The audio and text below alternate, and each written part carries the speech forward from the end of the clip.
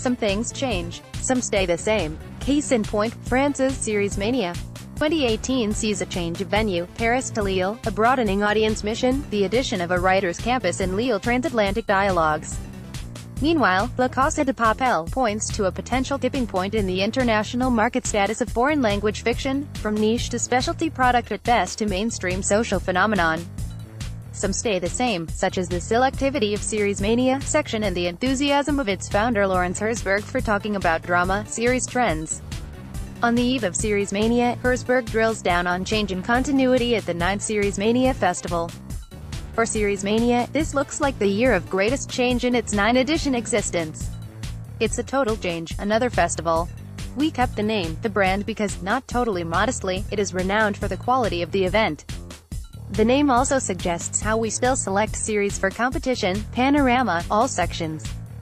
Meaning we want this festival to be focused on what are the new trends and to open new doors.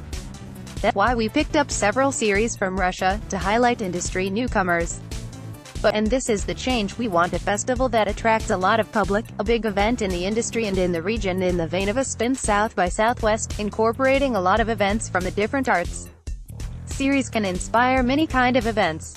We'll have a lot of parties and music-themed events, a dinner inspired by Game of Thrones, talks with big names like The Bridges, Sophia Halen, Carlton Cuse with exclusive footage from his upcoming Amazon series, Jack Ryan, or Chris Brancato, president of the jury. So the festival will be much bigger. Still very exclusive in terms of the quality of the shows but also a very big public event.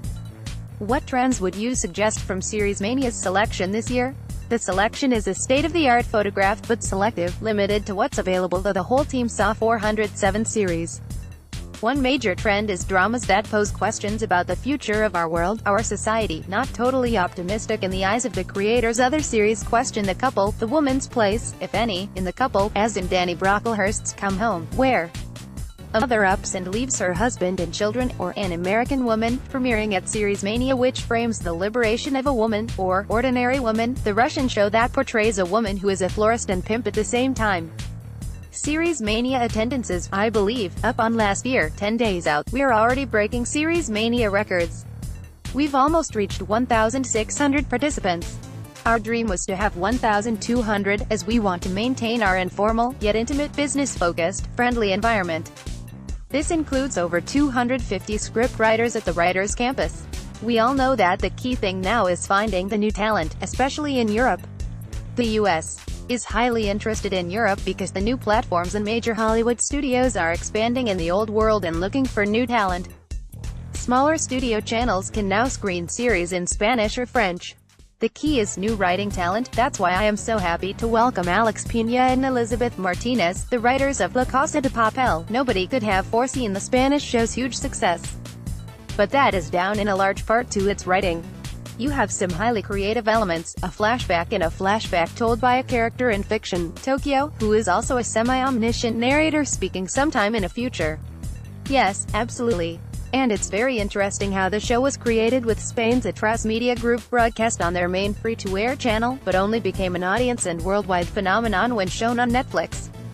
That's one form of highly interesting collaboration between Europe and Netflix.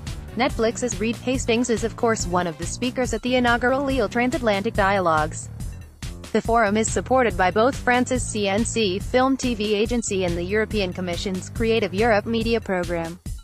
Do you see this as a sign of détente between the two parties?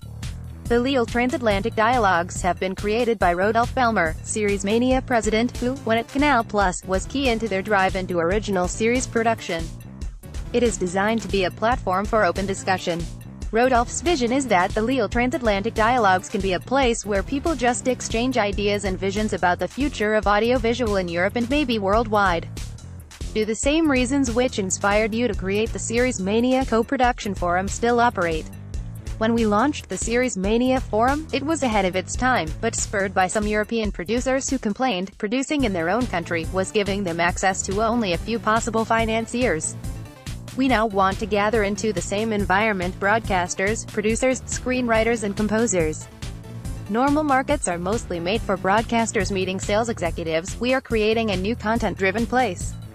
You've mentioned one reason for co-production, to diversify financing sources. Two other reasons have now become more important since the forum was launched. One is larger digital platform competition compelling other players to make series at their artistic and budgetary level. The second, stalling or contracting ad markets for broadcasters challenging their production budgets. So they look to overseas partner to make series. Yes, some TV operators find it difficult to produce certain shows just inside their territory.